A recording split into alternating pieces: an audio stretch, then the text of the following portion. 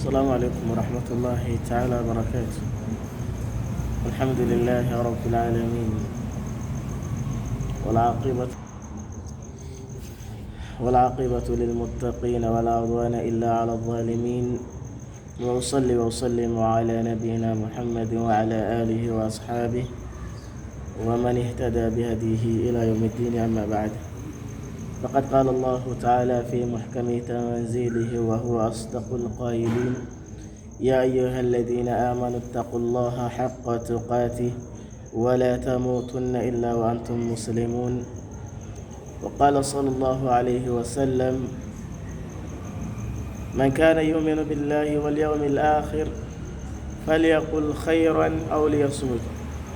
وقال صلى الله عليه وسلم أيضا: من كان يؤمن بالله واليوم الآخر فليكرم جاره، أو كما قال صلى الله عليه وسلم. إن شاء الله إلهي سبحانه وتعالى يقول الله تبارك وتعالى في كتابه العزيز: اتقوا الله، أي حيث اتقوا الله وقولوا قولا سديدا، أي اتقوا المحارم.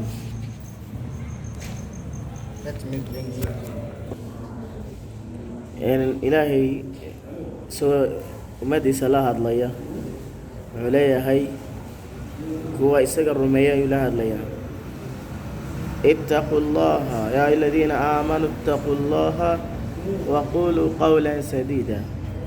ilaahay ka baqa, dhaha hadal jilicsan, hadal wanaagsan, hadal fiican oo yacni aad ku helaysid ajir ayuu leeyahay ilaahay subxaana wa tacaala. rasuulkan wuxuu lehy sal ly slam: man kaana yu'minu biاllaahi walyowmi alaakhir falyaqul khayran aw liyasmut. qofka ilaahay rumeeya maalinta qiyaamana rumeeya, falyaqul khayran, hadal wanaagsan ha ku hadla, aw liyasmut, ama iska aamuso. If you believe Allah, so you have to talk a good words. If you did not talk a good words, so you have to keep quiet. insha Allah labada xadiid ayaan idinku talgalay. waxaana joogaa maanta waa masaajidka aan aniga ka ahaan jiray, ama ka ahaybo imaama ka ahaan jiray ayaan joogaa. ninkan waa muadinka insha Allah. waa ka masaajidkan joogaa. waxaan kusoo laabtay waa dalka Uganda, gaar ahaan Kampala caasimada. insha Allah marka ilaahay hanawada aan siiyo ajirna Allah naga siiyo khayrka aan isku garab qabana dhammaanteen hadduu ilaahay idmo.